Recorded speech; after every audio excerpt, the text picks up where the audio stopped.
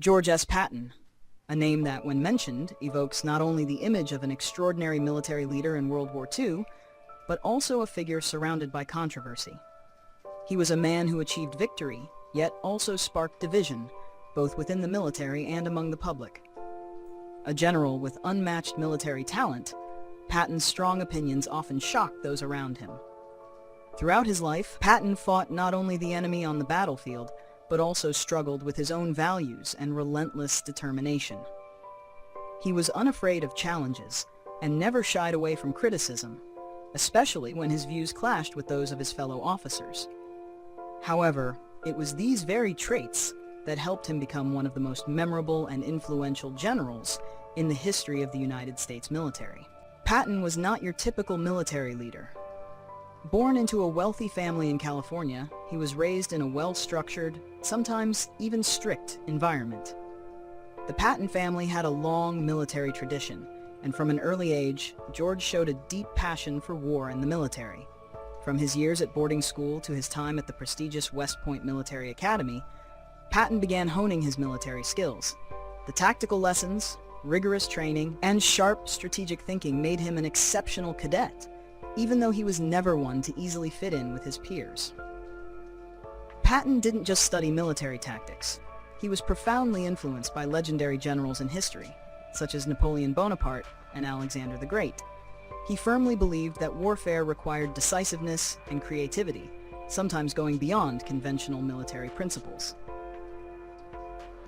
Patton was not your typical military leader. When he entered the North African battlefield in 1942, that was when his spirit and tactical genius were truly put to the test. As the war escalated, Patton commanded the U.S. 2nd Armored Division in the North African Campaign, where the Allied forces faced a formidable opponent, the German army under the command of General Erwin Rommel, also known as the Desert Fox. Patton stood out not only for his victories, but also for the way he commanded and his unique strategies.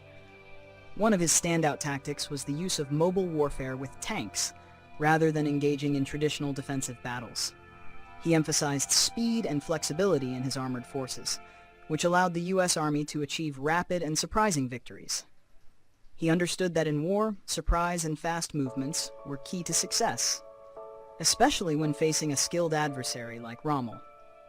What set Patton apart was his refusal to shy away from leading his troops directly. He wasn't the type of general who stayed behind in a command post giving orders from a distance. Patton was always at the front lines, observing, and even participating in the battles. Whenever possible, he would stand side by side with his soldiers, setting an example, and at times, even fighting alongside them. This earned him the respect not only of his men, but also of his fellow officers. They saw him not just as a commander, but as a companion on the battlefield. Then came the North African Campaign, where the U.S. Army faced a tough challenge. In a fierce battle, Patton led his forces to defeat the Germans in a decisive battle in Tunisia, where the U.S. and Allied forces had to regain the initiative. This battle was not only a significant victory for the U.S. Army, but also a turning point in Patton's career. It wasn't just about the win, but how Patton applied flexible strategies and dared to try new tactics, even in the face of a tough and experienced opponent like Rommel. After North Africa, Patton was transferred to command the 7th Armored Division in Italy. The Italian campaign solidified his place among the top commanders of the Allied forces. Patton had a sharp understanding of battlefield conditions and constantly pushed for tactical innovations. He was a strong believer in offensive tactics rather than merely defending. A symbol of his bold approach was when he led an attack on Palermo in Sicily. Using daring strategies, Patton and his forces liberated the city and proved the strength of the U.S. Army, despite tough terrain and fierce resistance. However, Patton was not without his controversial decisions. One of his defining traits was his bluntness, sometimes even brashness. He was never one to shy away from voicing his opinions, even when they put him at odds with his superiors. For example, during the Sicily campaign, Patton publicly criticized Allied leadership, claiming the campaign lacked aggression and decisiveness. These remarks drew criticism and created tensions with other generals, but they also reflected Patton's unyielding personality. his determination and refusal to accept weakness. Patton's influence didn't stop in North Africa and Italy. He was also given command of major operations in Western Europe, including the liberation of France and the march into Germany. In the Normandy campaign, Patton led his armored division through occupied areas, helping the Allied forces liberate cities and handle high-pressure situations. One of his greatest achievements came in the campaign in France, where he commanded the liberation of key cities, including the capture of Paris. Under Patton's leadership, the U.S. Army swiftly took the city, freeing it from German occupation. But this victory wasn't easy, as the battlefield was filled with strong resistance from the Germans. Nonetheless, with fast and decisive tactics, Patton and his forces secured this important victory. In conclusion, Patton wasn't just a general commanding in war. He was also a man with a strong strategic vision. His victories on the North African, Italian, French, and other fronts helped cement his place as a formidable leader in the Allied forces. However, his boldness and decisiveness weren't always well received, and it was these very strong decisions that forged the legend of a fearless general, willing to challenge both his allies and his enemies. George S. Patton, one of the most legendary generals of World War II, was known not only for his military genius, but also for his deeply controversial views. His perspectives on war, its brutality, and the role of soldiers made him a complex figure, admired by many, yet harshly criticized by others. Patton and his shocking statements. Patton was a man who never held back. He spoke his mind, even when his words were blunt, controversial, or unsettling. One of his most quoted lines was, "War is not about being soft. We fight not just to win, but to crush the enemy so they can never rise again." He believed that war must be fought with absolute strength and ruthless determination. Compassion and hesitation to him had no place in battle. That's why he demanded everything from his soldiers, even their lives if necessary. Some saw this as a lack of empathy. But for Patton, it was a non-negotiable truth of war. His view on the enemy and ruthlessness in combat. Patton never saw the Germans or Japanese as pitiful adversaries or victims of circumstance. To him, they were enemies, nothing more, nothing less. When commanding in North Africa, he openly dismissed any sentimentality. On the battlefield, he once said, "We have no friends, only enemies." This unforgiving mindset defined much of his leadership. He was often harsh, not only toward the enemy, but also toward his own men and allies.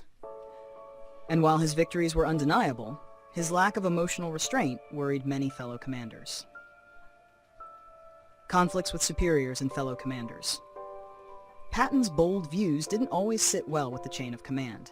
He frequently clashed with other top military leaders, most notably British General Bernard Montgomery and several American generals. He often opposed decisions he saw as too cautious or slow. During the Sicily campaign in 1943, he publicly criticized Allied leadership for their delays. He demanded faster action, sometimes bypassing orders. While his results often proved effective, his defiance created significant tension among Allied ranks. Scandals and inappropriate behavior. One of the most infamous moments in Patton's career happened at a military hospital in Sicily. While visiting wounded soldiers, he lashed out at those suffering from what we now recognize as PTSD. He called them cowards and demanded they return to the front lines. This outburst triggered public outrage. It clashed with the U.S. Army's growing awareness of mental health and led to a formal apology from Patton. But the incident left a lasting stain on his image and shook his standing among military leadership. A divisive leadership style. Unlike generals such as Eisenhower or Montgomery, Patton was never one to sugarcoat his opinions. He had unmatched battlefield instincts, but his fierce nature made him a tough man to serve under. Many respected his brilliance, but others found his impatience and bluntness difficult to tolerate. He didn't hesitate to criticize other Allied commanders, especially when he felt their strategies lacked urgency. For Patton, victory was everything, and he wanted action now, not after a meeting or a consensus. The legacy of a controversial mind. Patton remains one of the most complex figures in American military history. He was both a war hero and a lightning rod for controversy. His bold strategies and uncompromising attitude brought victory, but also friction. In the end, Patton walked his own path. He challenged norms, pushed boundaries, and stayed true to his vision of war. Despite the criticism, his legacy endures as a symbol of bold leadership and relentless pursuit of victory.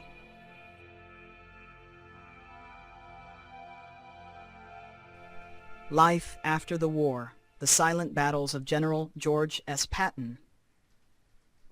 George S. Patton's post-war life was a chapter no less complex and no less significant than the battlefield victories that made him famous.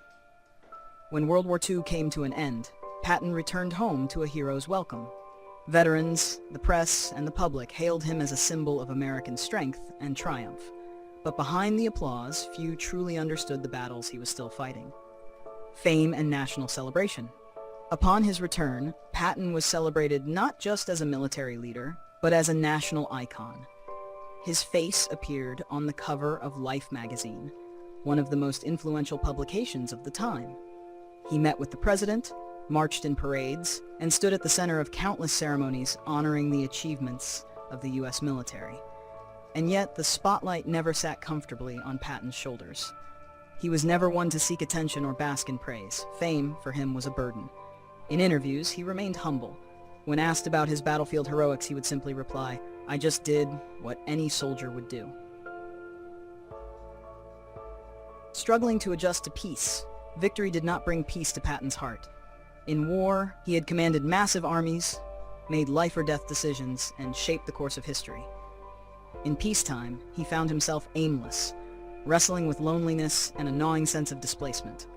The world had moved on. His comrades had returned to quiet lives. But for Patton, there was no peace. His greatest battle had just begun, and it was within himself.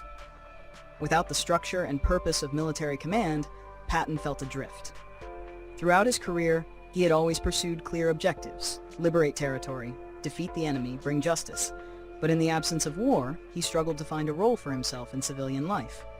The silence left a void that medals could never fill, and a new battle within. Soon after the war, Hollywood came calling. Studios wanted to bring Patton's story to the silver screen. Reluctantly, he agreed. Not out of vanity, but necessity. He needed a purpose, a reason to keep going. That decision would lead him into yet another kind of war. Patton appeared in the film To Hell and Back, based on his own memoir. He didn't just advise the filmmakers, he starred as himself. It was a painful undertaking. Each scene reenacted a memory he had never truly escaped. Every line he delivered pulled him back into the mud and fire of the battlefield. The film was a success. Audiences cheered. But for Patton, reliving the war was agony. The nightmares returned. He often lay awake at night, haunted by the faces of those he had lost. The applause couldn't drown out the screams he still heard in his sleep. Fighting the invisible war. When acting failed to provide peace, Patton was left to confront a war no one else could see. There was no enemy across the lines, only the shadows within. For him, war wasn't just a memory, it had become part of his soul. Though admired on the screen and honored in uniform, Patton could never shake the ghosts of the past. He had won countless battles, but the cost had carved deep scars into his spirit, scars no metal could heal. A final reflection. General Patton's post-war years were marked not by peace, but by an unrelenting inner conflict. While the world saw a victorious general, he faced a profound emptiness that no accolade could fill. And yet in that quiet struggle, his resilience shone brighter than ever. He had conquered battlefields, yes, but more importantly, he fought through his own pain with the same tenacity that made him legendary. It was a war without headlines or decorations, but it was perhaps the bravest fight of his life. In December 1945, General Patton passed away following a car accident. Though his death came quietly, without fanfare, it sent shockwaves throughout the nation. A hero was gone, but his legacy endured. His grave at Arlington National Cemetery became a sacred place of remembrance, where citizens, veterans, and admirers would come to pay their respects. Despite the many controversies that marked his life, Patton remains one of America's greatest generals, his influence continuing to shape generations of soldiers and leaders. Patton was not just a great general of World War II. He was a symbol of decisiveness, courage, and perseverance in the face of war. Though often seen as a divisive figure, There is no denying that he left an indelible mark on the history of the United States military.